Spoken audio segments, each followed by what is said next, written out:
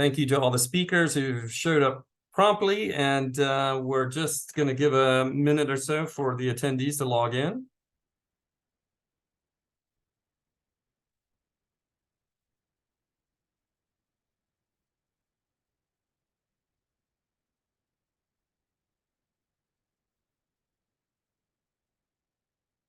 Welcome everybody to the call. We're going to start in just about 1 minute at the top of the hour.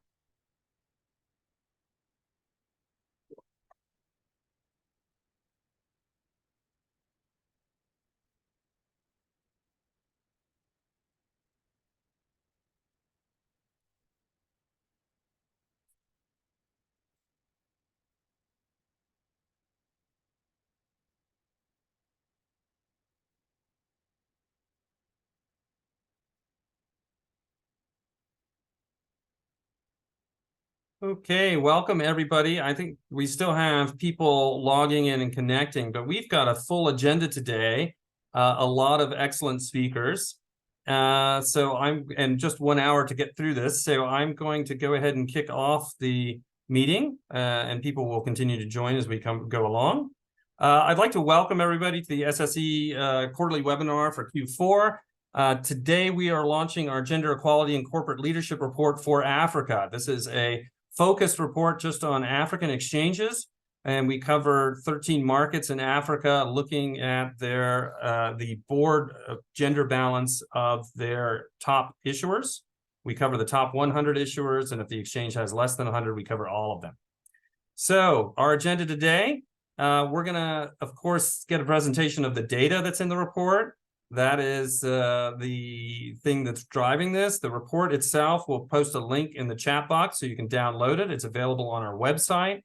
These reports, if you haven't seen them before, they're very short. It's just a couple of pages long.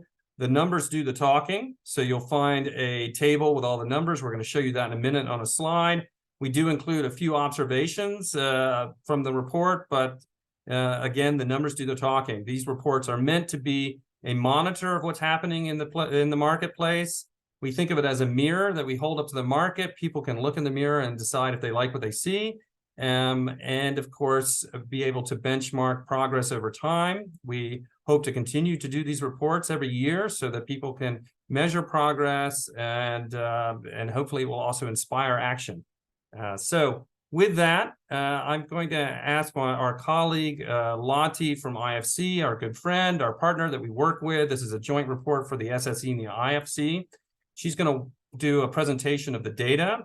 And then we've got an excellent high-level panel of speakers. We're going to get a keynote address from Leila Fori, the CEO of Johannesburg Exchange. We're also going to hear from the CEO of the Rwandan Exchange, the CEO of Ghana Stock Exchange, and as well as, sorry, I didn't update the slide, but we've got Jeffrey with us from the Nairobi Securities Exchange as well. Jeffrey, thank you for joining us. We'll see in a minute. Kenya does very well on this, so we look forward to hearing from you about your marketplace. And we're very happy to have with us our good friends and colleagues who are working specifically in Africa on gender issues, Tanya and Anna from IFC and UN Women.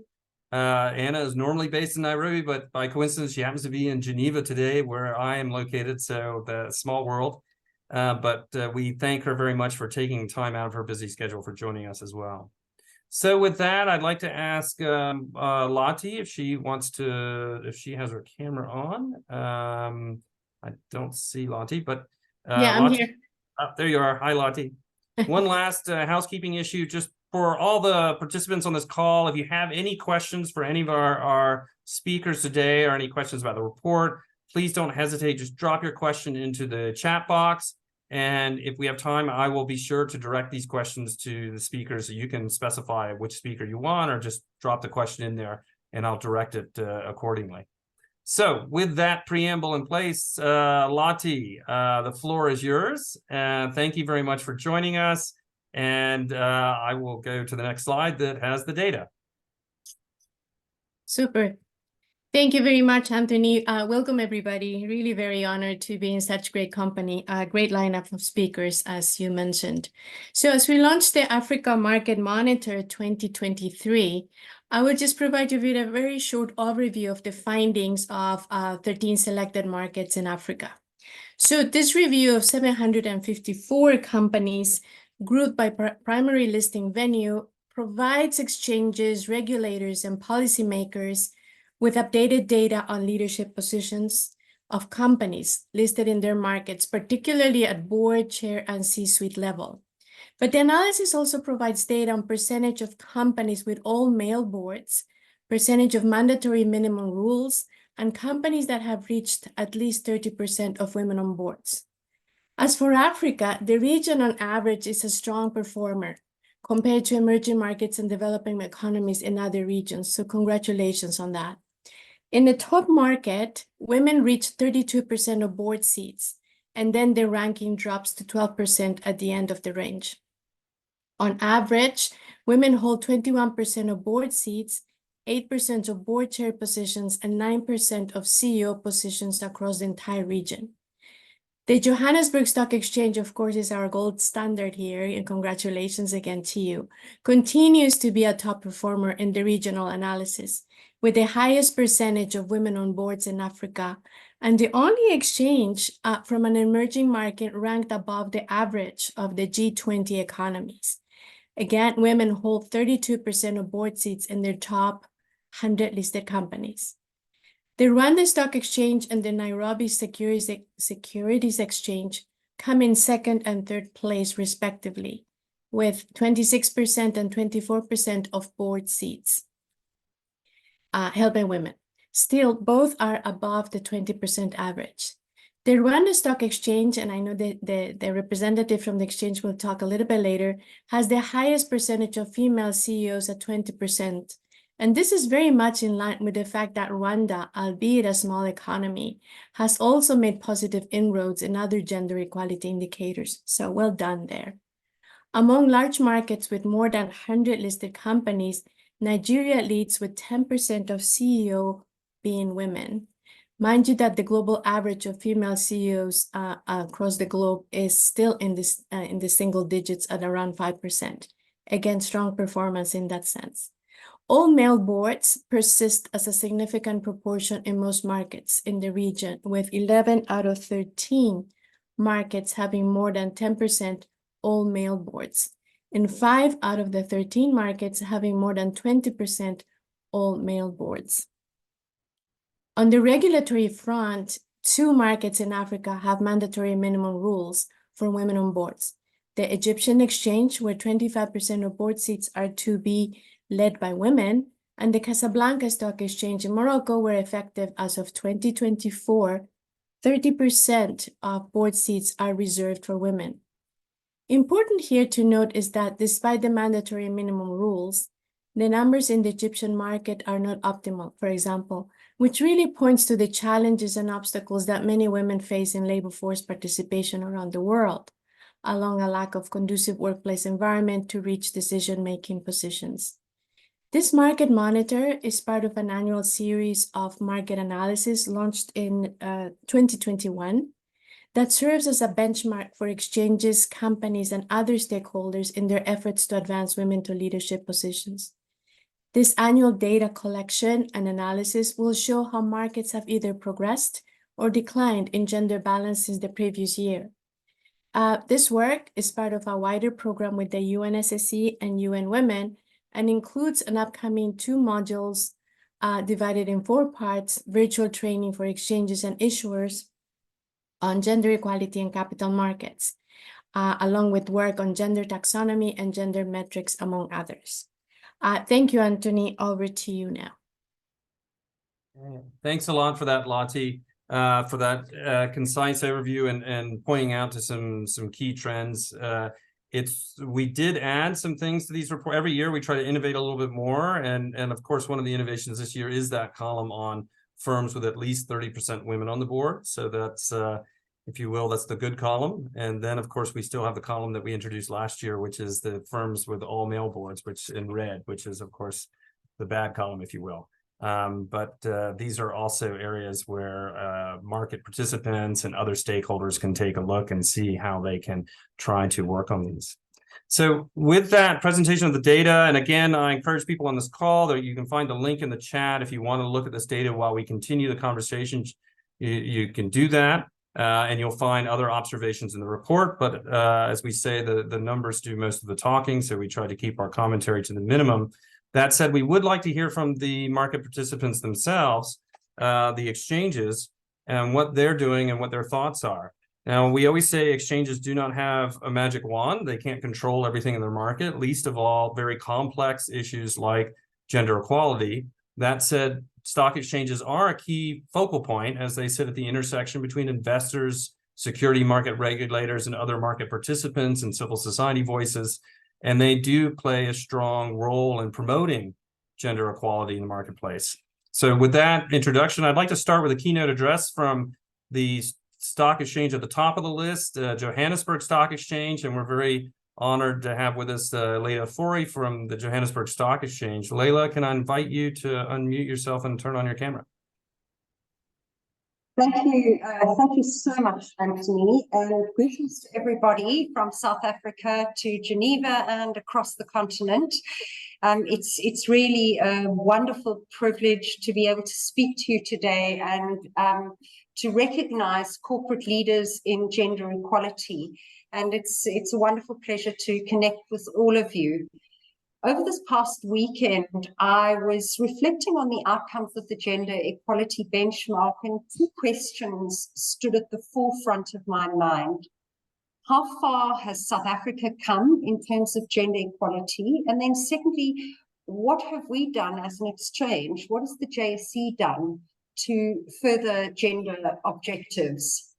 As a very avid supporter of the UN Sustainability Development Goals, or SDGs, we acknowledge and we support the role of gender equality in promoting a sustainable and prosperous future for all. And these results, which included 100 of South Africa's listed corporates, reflect very much of a multi-year effort within corporate South Africa to improve our understanding of diversity and to start to take our first steps in remedying a very long history of both racial and gender inequality. I say first steps because it's really a marathon and we're only just coming out of the starting blocks. At the exchange, we are very proud to have achieved a female board representation of 50% and 77% in our executive leadership team. While the C-suite representation is important in improving diversity at the decision-making levels of an organization, we know that true transformation only happens when we address all levels of the value chain. That's why at the JSE, we are investing in several programs and initiatives which aim to encourage women empowerment, financial literacy, and inclusive labor practices.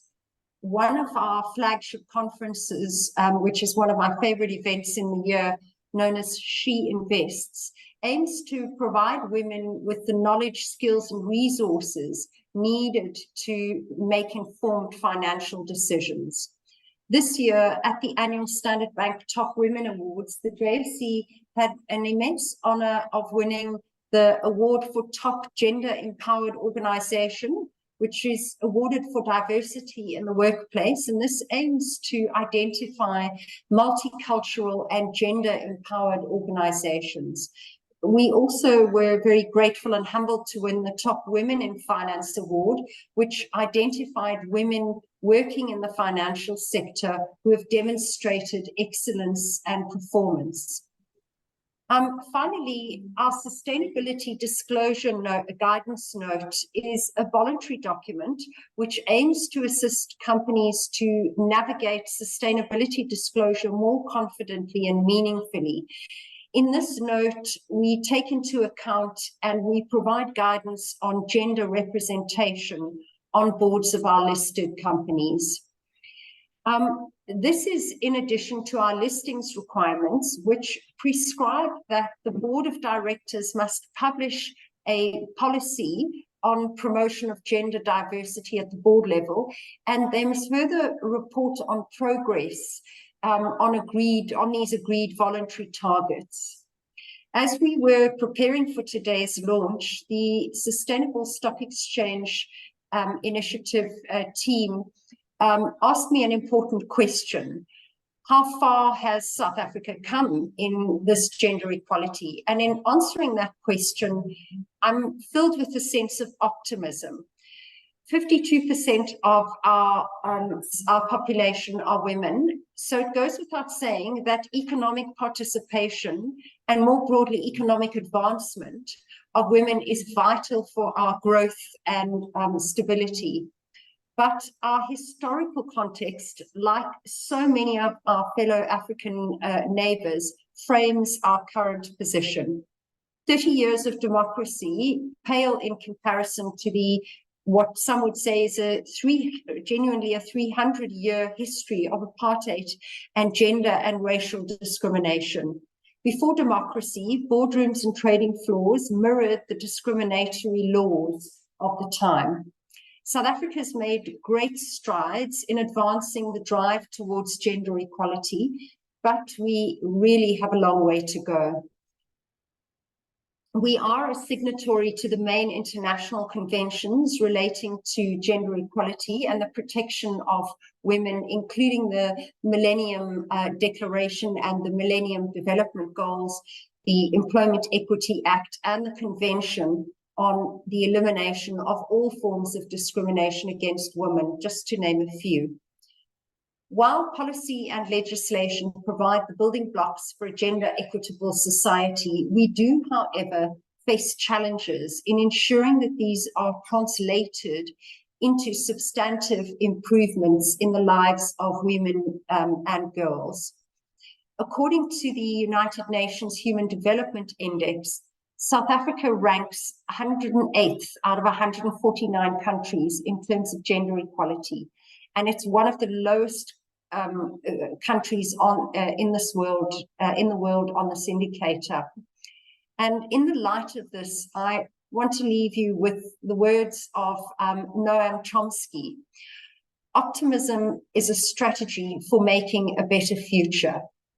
It's this persistent sense of optimism that we must hold as business leaders to really drive meaningful change and to pave the road for a far more profitable and prosperous and equitable society. It's up to us to face life's simple questions, which hold much more complicated answers, and to make it our mission to turn the boat, to move the dial, and to set the course for the progress and advancement within our societies and beyond. Once again, engagement in this monitor has been a tremendous pleasure, and I commend the contributors for providing us with a measure with which to improve. Thank you so much. Thank you very much, Leila. Thank you for that. And thank you for putting it into the broader context. Of course, today we're talking about women in corporate leadership on boards, CEOs, chairs, but obviously this is one part of a very big picture, picture that includes women throughout companies, on the factory floor, throughout society, opportunity for girls, education, political opportunities as well. So thank you for sharing the broader perspective about the challenges and some of the historical challenges as well. It's a good refresher. I think it's always a takeaway message that we're happy that we've gotten as far as we have, but obviously we need to go further. With that, I'd like to call on our next speaker, Pierre Celestine from the Rwandan Stock Exchange, the CEO of the Rwandan Stock Exchange. Pierre, Rwanda is a smaller exchange, but a very dynamic exchange, and you've done very well in the study, coming in number 2. I'd like to give you the floor. Maybe you can tell us a little bit about what's going on in Rwanda and efforts to promote women in corporate leadership there. Thank you, Anthony. Thank you for having us on this conversation. Maybe I would like to start by thanking you guys for having done this report. You know, in general terms, for Rwanda and the corporate gender equality in general, it's a country where we are starting with the good grounds, because generally the policies and aspirations of the country are quite high. If you look at the whole 9 actually. So you would find that Rwanda is ranked among the top countries to have women in parliament. You have them in the cabinet at all levels, even at the policy level, even the law within the government sphere, where it's mandatory to at least have 30% in all decision-making organs as a country in general, policy-wise. So now, when it comes down to the exchange, I'm glad this is giving us some food for thought, where we are coming in ranking number 2, now just after Joburg, but we are equalizing. I think we're in Nairobi on the both seats at in our corporate world at the of the companies which were looked at. So, but we also happen to stand at as the highest country to have females in the CEOs. So that's, I think, commendable on that.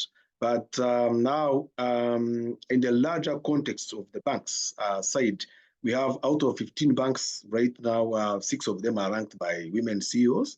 So in terms of policies, we have equal pay for equal pay for equal responsibilities.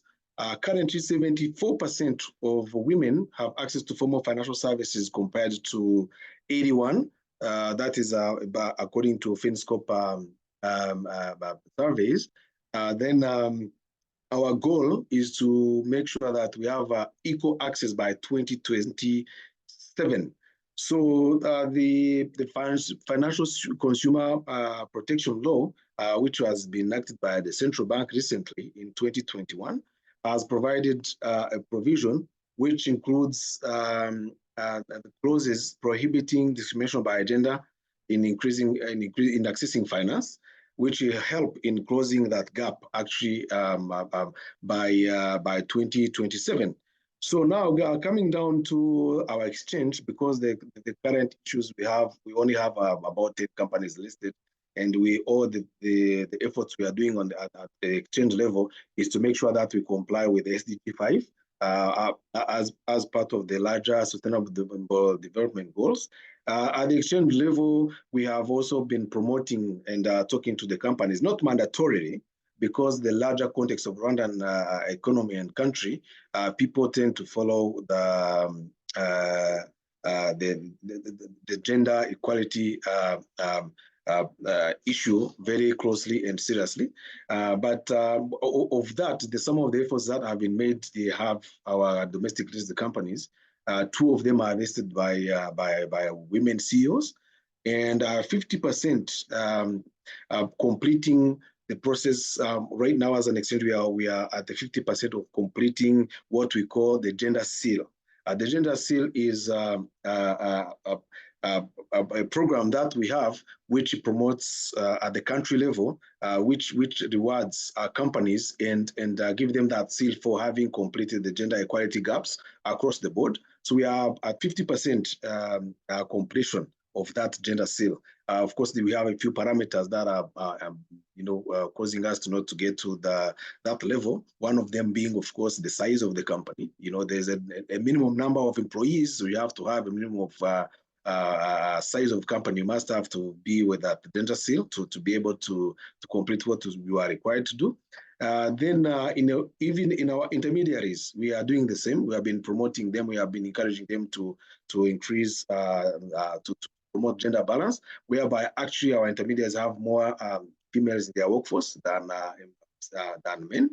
And every year, as we celebrate the gender equality, ring the bell ceremony for International Women.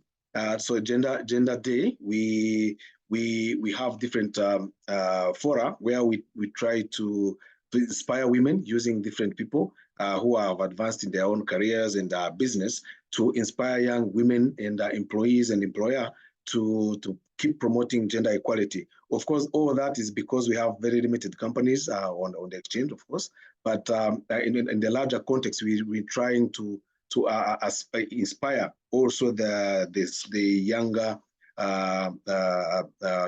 corporates and SMEs to walk the talk, to make sure that they also play a big role in promoting the gender equality. So this year, last year we have introduced an award for recognizing women in finance, so that they are recognized for work they have been doing in this market of ours. And we also subscribe to the general conventions across the globe for gender and women empowerment in general. So in a nutshell, I think at the stock exchange level and the market, that's where we are. And we hope to keep working with our counterparts and at the country level and beyond to see what we can improve on. So I'll just submit here.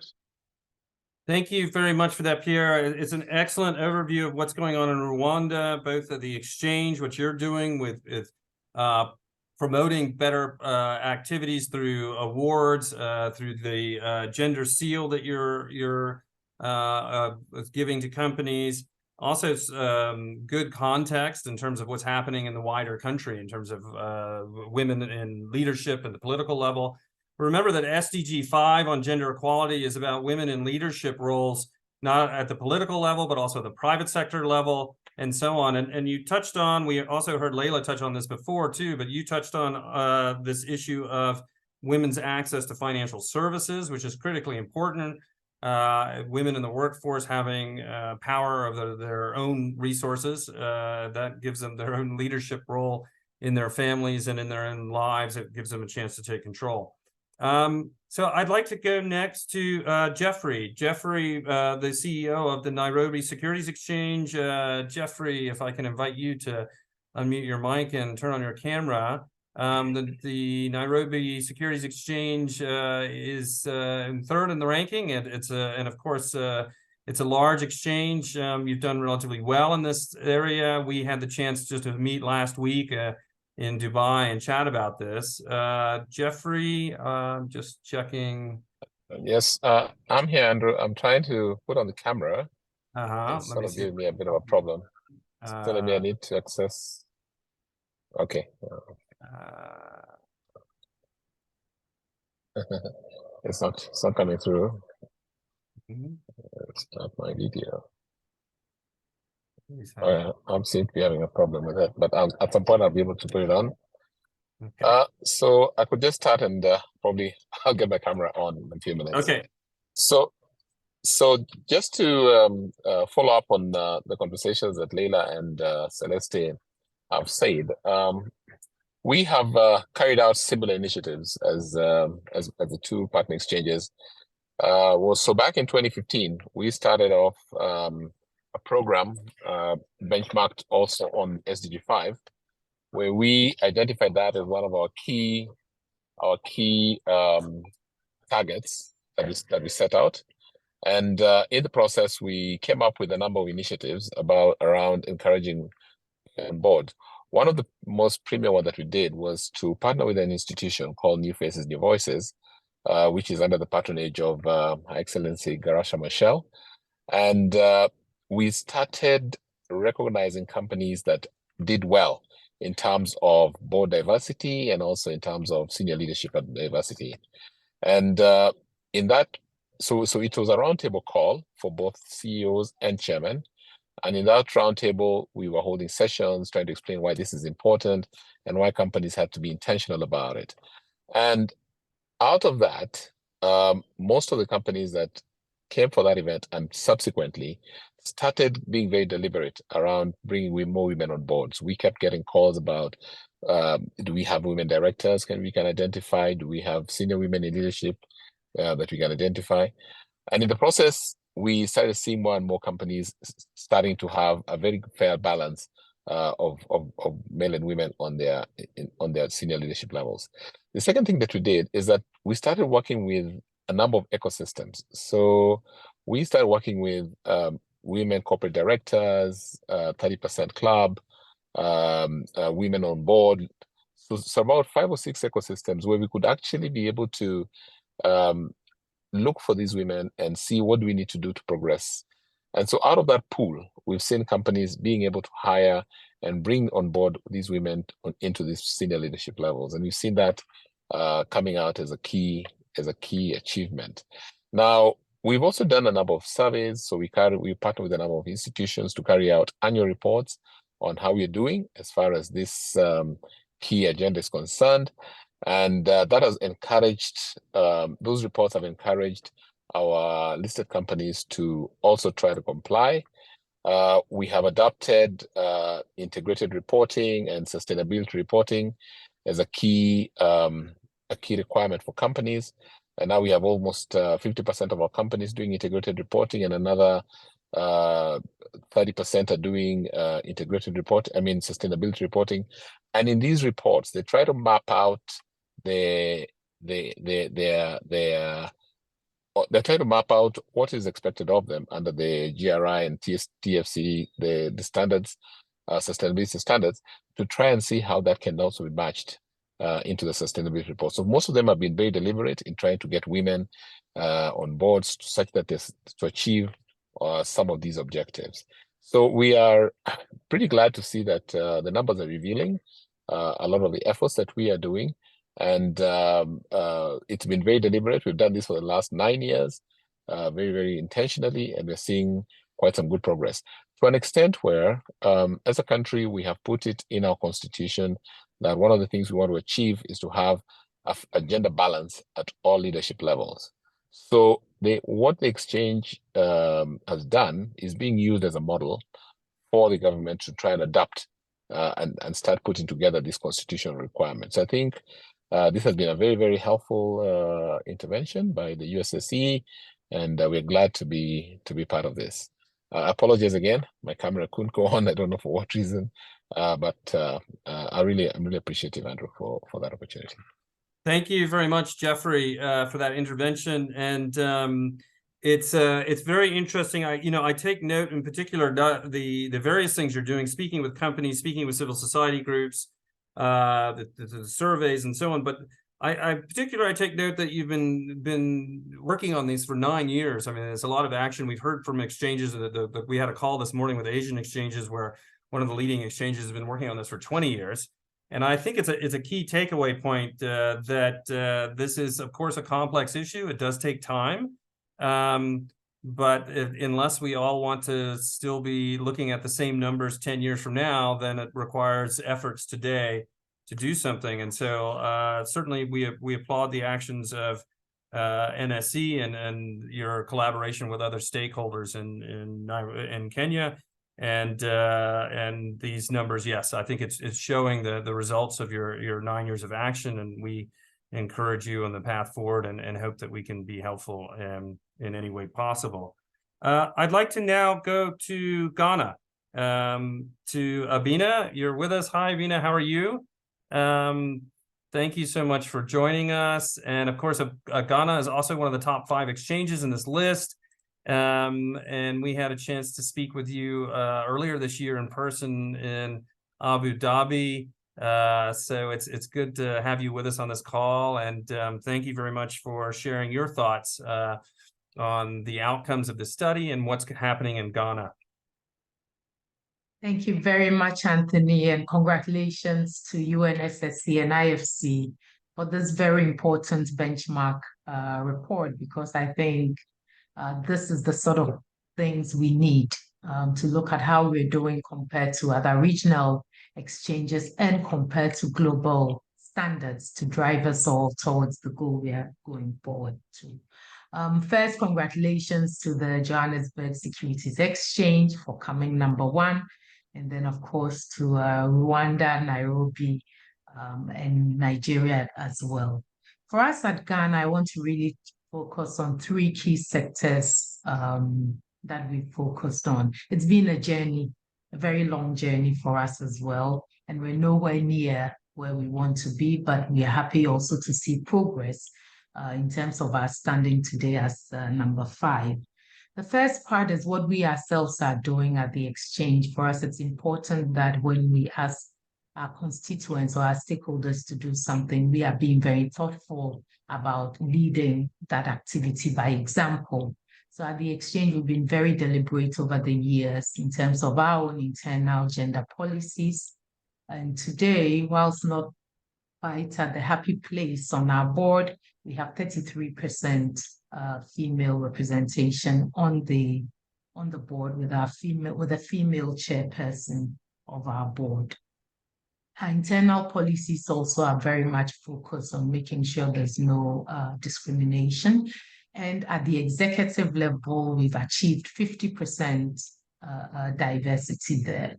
At the senior management level, we've achieved 60% female representation there, because I think a lot of where women fall out in the leadership ladder is where is the progression from the middle to the top.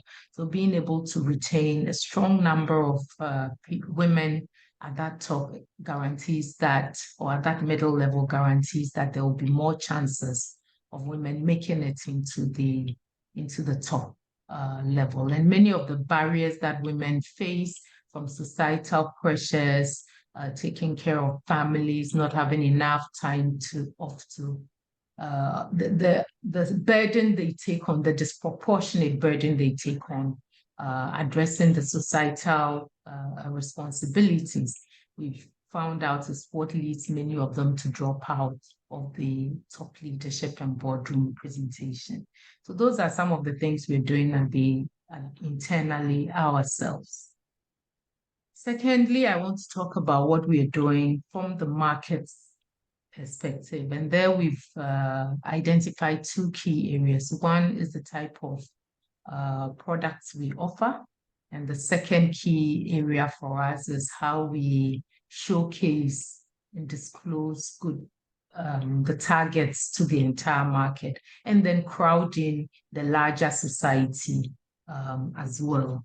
On the product side, I think the first thing I want to talk about is an important initiative that's happened in Ghana, in Kenya, and other places that has led to a lot of financial inclusion, but also now moving towards value creation. And that is the mobile money, or MoMo service. In Ghana, with a population of about 33 million, we have over 40 million registered mobile money accounts, of which about half of them are active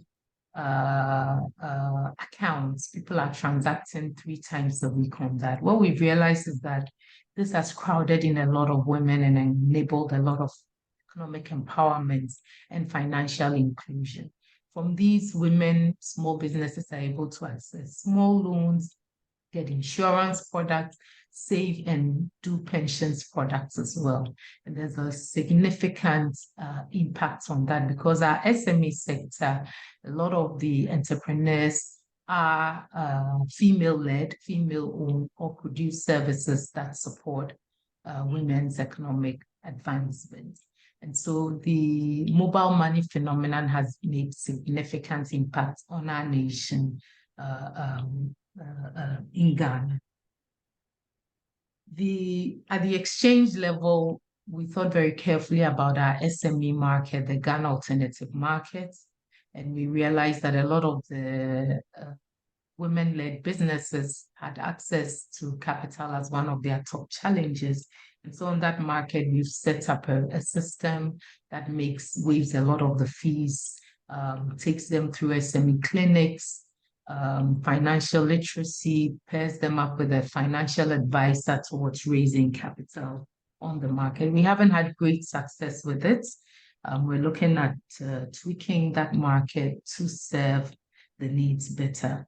Last year, we also launched our sustainable bonds market, and we're very intentional at making sure that gender bonds were named and were a product that was designed for that market. So we didn't just focus on green and social bonds, but we included specifically a gender bond category to finance women activities or finance women in businesses.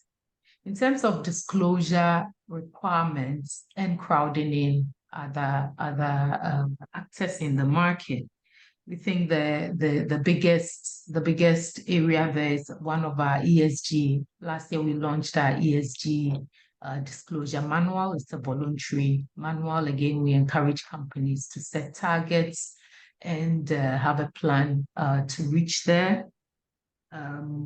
One question a lot of companies ask us when we engage with them is, where do I find these women directors? And there we've been working with partnerships with institutions like Boardroom Africa, Executive Women Network, and they are doing a few things. One, compiling databases of board-ready women, training them, and engaging with remuneration or nomination committees of companies to ensure that vacancies, when they come up, are being showcased, and also showcasing vacancies to the database of women for them to step up. So that's one of the key things we've been doing in terms of disclosure and letting people know that. Through these efforts of ours, we've worked with the states to come up with a national corporate governance code for Ghana, and a lot of these initiatives are included there. But importantly for us is, how do we go forward from here? Because for us, it's not just an issue of have numbers at the table. It's not just an issue of just numbers at the table, but how we ensure that both men and women play their full and complete self in companies, in economies, and in societies. And we think that one of the key areas is to engage a lot more men in this process. Engaging a lot more men means that in the boardroom, talking to chairs who today are the majority of board directors, we're ensuring that even men get the right training as well. That ensures that they are also alert and aware and have top of mind some of these discriminatory practices, or what practices they need to put in place to ensure that all of us, men and women, and the entire world, brings our best selves towards the advancement of our companies and our countries as well. So these are some of the few things we've been doing there. Thank you. Thank you very much for that, Abena. I think, again, we see a broad spectrum of activities of leading by example with the exchange's own policies and practices, focusing on this pipeline issue of ensuring that women have the career development from middle management to senior management, and then eventually getting to boards or leadership roles within companies. And you also touched upon this product side, that exchanges and capital markets have another role to play beyond corporate governance and corporate leadership, which is also this financing of gender equality and women's empowerment through things like gender-themed sustainability bonds, working through your SME market to empower women-owned businesses, and so on. So I think, and of course, conversation with civil society groups, it's a theme that we've picked up from other exchanges as well. This multifaceted approach plays a very powerful role. Thank you for that intervention. I'd like to now go to my colleague Tanya from IFC. IFC, of course, is a co-author of this report. We heard earlier from our good friend Lottie in IFC headquarters in Washington, D.C., but Tanya, you're on the ground. You're the regional officer in Africa working on these issues. Maybe you can put some of these numbers, some of this conversation we've been talking about into the broader context of the work you're doing in the region on gender equality. Thank you, Anthony, and thank you to all the participants. It's been very interesting to hear all the updates and data. So a lot of the messages resonate with me. And I also want to give some time to the other two panelists to present. So I'll try and be brief. But I commend all the exchanges and the work that you've done to promote gender equality in capital markets, and IFC will continue to act as a partner to really promote and push this initiative forward. Let me just touch quickly on IFC's role in these efforts, and this builds on the data that Lottie presented. So IFC, we leverage stock exchanges to advance women leaders. It's a key component of our Women on Boards and in Business Leadership program, and we work with a lot of partners to help us scale this up. The ranking of the 754 African-listed companies, which Lottie mentioned, provides exchanges, issuers, regulators, and other stakeholders with this very valuable benchmarking about the state of gender equality in their markets. And as another panelist mentioned, gender is a key element in the SDGs. So it's something that will undermine or align with everything that we discuss when it comes to gender and women in leadership. Loti already provided details about the findings. I just wanted to add that awareness is clearly growing among exchanges about the role they play in advancing gender equality in Africa.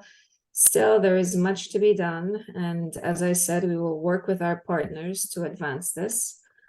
One of the key areas that we've noticed was a deficit in publicly available data on the leadership of listed companies, which would highlight the fundamental role that stock markets play in improving and promoting disclosure and transparency. So that's an area I think we would like to focus more on. We see exchanges that would need to include more indicators on disclosure or listing requirements. We believe they can also create data products that would highlight performance on gender equality. So this is something that we will focus on as well as a key action item. As mentioned by Loti, and as Anthony knows, and all our partners, gender equality is a key priority for IFC. We engage with women as leaders because we understand that it is a key strategic priority in our own institution's gender strategy. It is increasingly recognized that if we advance gender equality through business and value chains, this results in better talent, higher productivity, more customers, and obviously collectively better societal outcomes. But to achieve this, as I said, we need to work together, collaborate, and advance this initiative. We are contributing in many ways, and I'm really glad that we had some of the panelists who represent the work that we're doing across Kenya, Rwanda, Ghana, and South Africa. So we try to focus on gender diverse boards and senior management by building capacity. So we generate the knowledge, we raise awareness, and we add to existing businesses the value case of gender diverse and inclusive business leadership. And we also fold this into a lot of the environmental, social, and governance work that we do at IFC. We have been working with a number of stock exchanges in Africa. So for example, in Kenya, as panelists mentioned, we've been working with Nairobi Securities Exchange and the Capital Markets Regulator to include provisions for ESG and gender diverse boards and a code of corporate governance. And we've also done this in Rwanda. In partnership with the Nigerian Exchange, we've assessed 30 of the most capitalized listed companies, looking to identify gender gaps in the Nigerian private sector. Through this, we've helped the exchange become the first EDGE certified exchange in the region, which basically means green building. We also supported them to review listing rules, sustainability disclosure guidelines to really deepen gender engagement with listed companies.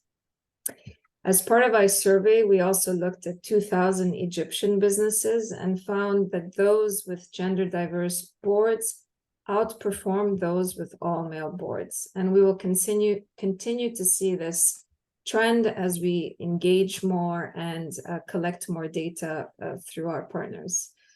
It is instrumental, based on this study, that the exchange decision to make it mandatory for listed companies to have boards that are 25% female, or at least with 2 women in Egypt, has really pushed this agenda forward. Finally, just to mention 2 others, in Uganda, we've also supported the Uganda Securities Exchange. We did this in a bit of a different focus. We looked at how to help mentor girls in high school, focused on future leadership development. And in Tanzania, we are currently working with the Stock Exchange and Capital Markets and Security Markets Authority, where we will benchmark women in leadership positions and establish a talent pipeline program. So we want to support the inclusion of provisions for gender diverse boards and reporting of gender disaggregated data in the Code of Corporate Governance. So to close, I just wanted to sum it up by saying we will continue doing this annual data collection, working with the UNSSE. We will allow stock exchanges to view their market's progress year on year as we continue to do the benchmarking. And we want to continue working with all our partners who provide all the valuable information and input. And we look forward to the opportunities to come. Thank you, Anthony. Thank you very much, Tanya. I think it's a great overview of the activities there. Of course, we at the SSE, we try to provide as much support as we can to exchanges, but nothing beats having a local partner on the ground. And that's certainly the case of IFC, who has got local offices in a number of countries across Africa. And you listed all of these exchanges you've been working with in Kenya, Rwanda, Nigeria, Egypt, Uganda, Tanzania. So I think it's an important message for exchanges on this call that if there's additional capacity building work or other areas that you'd like some support with from IFC, that you should certainly engage with them, that they have a number of technical assistance programs on offer that you discussed. If you don't know, if you're an exchange on the call and you don't know your local IFC office, feel free to reach out to us. We're happy to connect the dots. So thank you very much for that, Tanya. I'd like to now go to our colleague Anna from UN Women, who is normally based in Nairobi, but is currently here in Geneva with us. So Anna, thank you for joining our call in the middle of your busy schedule. Please, I welcome your insights and thoughts, how the discussions we've had with the work of stock exchanges, the outcomes of this report about women in corporate leadership fit into the broader context of UN Women's efforts in the region to promote SDG 5. Thank you very much, Anthony, for having me. Please confirm you can hear me and see me. Yeah, I can hear you and see you. Wonderful. So let me just start by thanking you and the partners IFC for inviting UN Women to this launch today and the dialogue that is following the launch. We particularly appreciate this continued collaboration and strategic partnership towards the SDGs in general, but specifically on SDG 5, on increased women's leadership in public and private sector, with the target set at 50% by 2030. So we can already see the work that lies ahead of us, even as we celebrate the progress that we are making. So UN Women also works very closely with the SSE and the IFC in organizing the Ring the Bell for Gender Equality events globally. This year, we managed to jointly attract 117 exchanges to join us to celebrate International Women's Day, up from just 7 exchanges 8 years ago. So clearly, the awareness raising is going up, and there is increased interest in this space. And our hope is that that interest then starts translating into concrete, measurable progress, such as what we are measuring today. We are also pleased to note that most of the exchanges have adopted the UN Women principles, UN Women's Empowerment Principles, and others are members of the Unstereotype Alliance. So both are blueprints for the private sector to advance gender equality and empowerment of women in the workplace and in the marketplace, as well as at community level. Anthony, the variation that is demonstrated in this report we are launching today shows 2 things. Firstly, clearly that when we make deliberate efforts and we take concrete and deliberate action, as other speakers have said before, we can make significant progress towards gender equality in the private sector, as we have seen today. But secondly, it also shows us that we have a long way to go. We have a lot of work to do, with the target fast approaching at 2030, with 50% being the desired target. And I think the math we can do ourselves. So I have 3 key messages I would like to share. First is what other speakers have already shared and highlighted before me, that there is a strong business case for getting women in corporate leadership. We know that implementing gender diversity in corporate leadership is not only fair and morally correct, but also a matter of good business. Research by McKinsey and Company suggests that companies with more gender diverse executive teams are 21% more likely to outperform their counterparts in terms of profitability.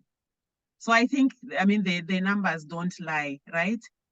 And according to an ILO study, companies with gender balanced boards are approximately 20% more likely to have improved business outcomes, including better decision-making and improved governance, enhanced ability to attract and retain top talent, enhanced consumer insights, stronger corporate performance, and increased profitability. So the case has already been made. It's no longer the case of why we should do this, but rather how to do it, and do it in a very deliberate manner that brings back the results that we are aiming for.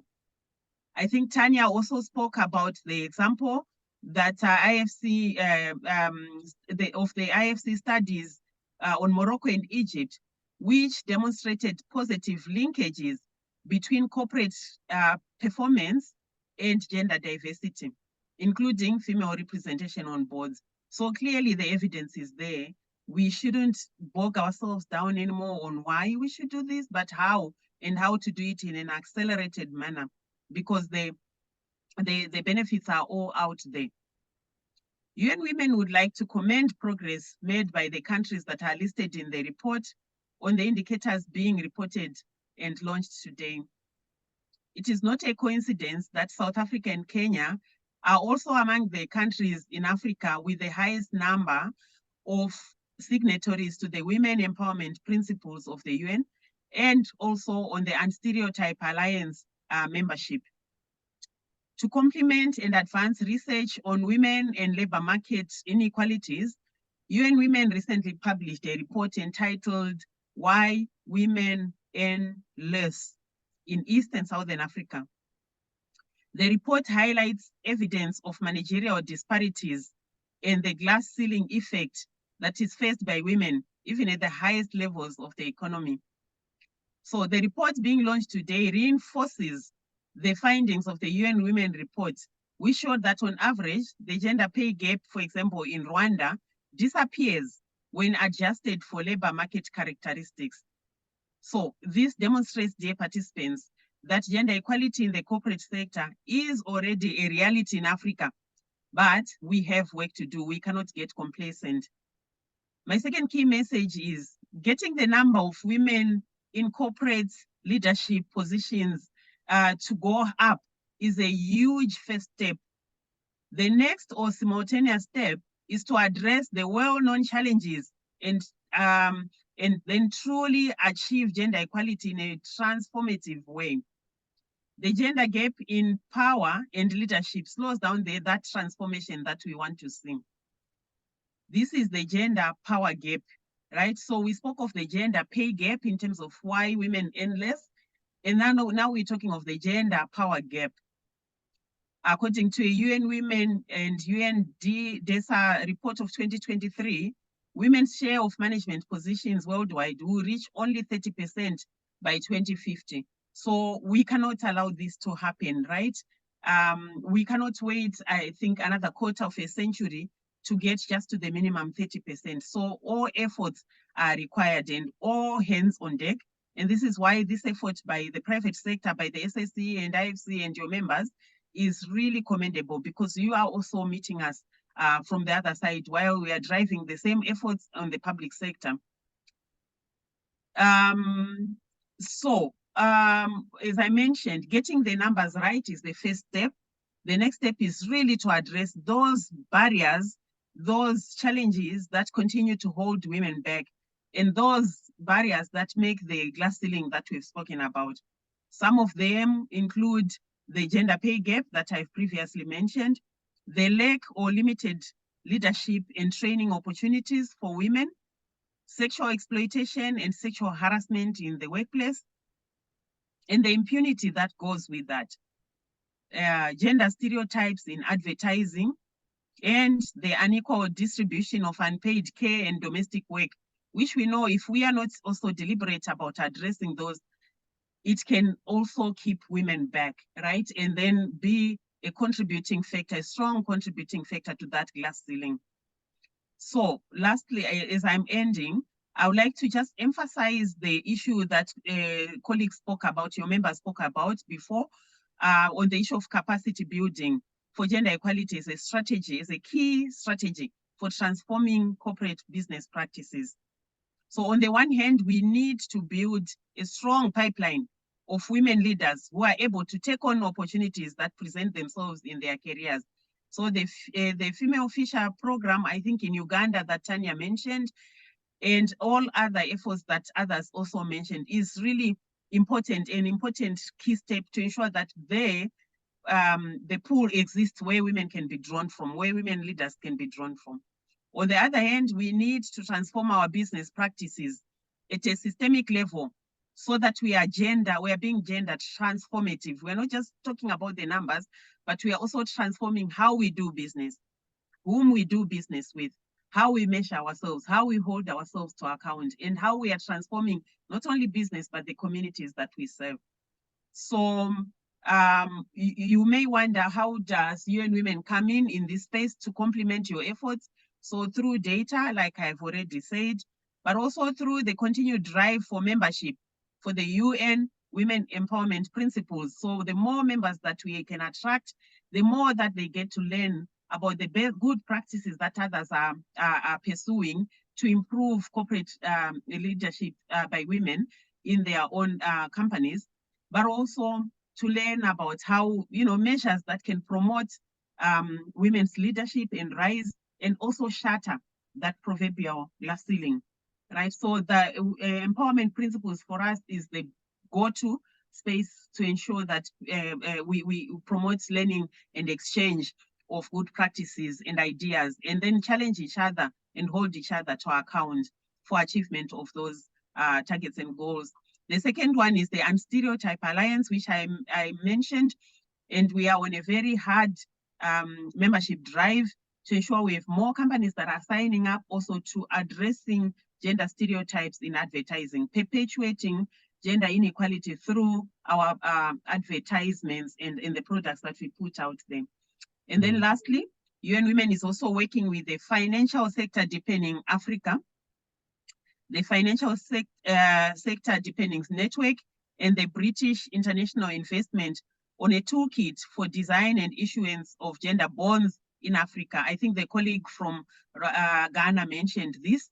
So in 2024, we will be holding 3 launch events in Nairobi, in Lagos, and in Lusaka for the Gender Bond Toolkit and a training workshop for issuers and investors.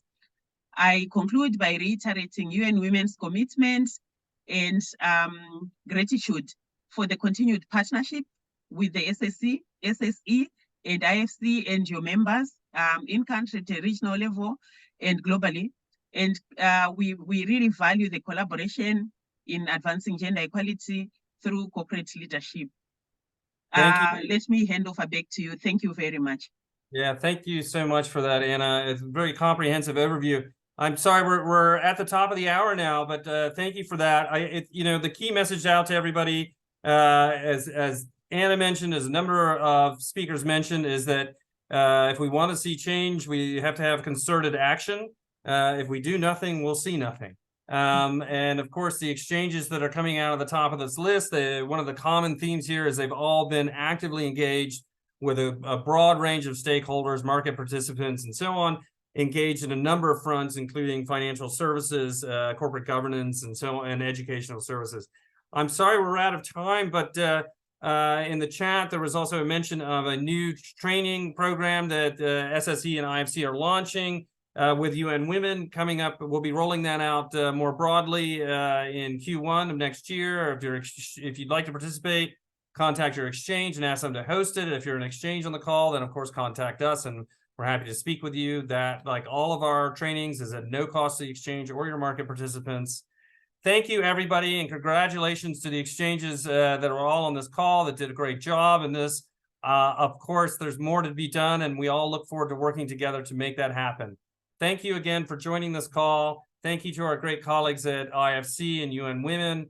And we look forward to following up with all the exchanges on this call on next steps in the weeks and months to come. Thank you very much. Thank you, Andrew. Thank you, Anthony. Thank you, participants. Bye. Thank you. Thank you very much. Thank you. Bye-bye. Bye-bye. All right. Bye-bye. Thank you very much. Thank you. Oh boy. Thank you. Bye-bye.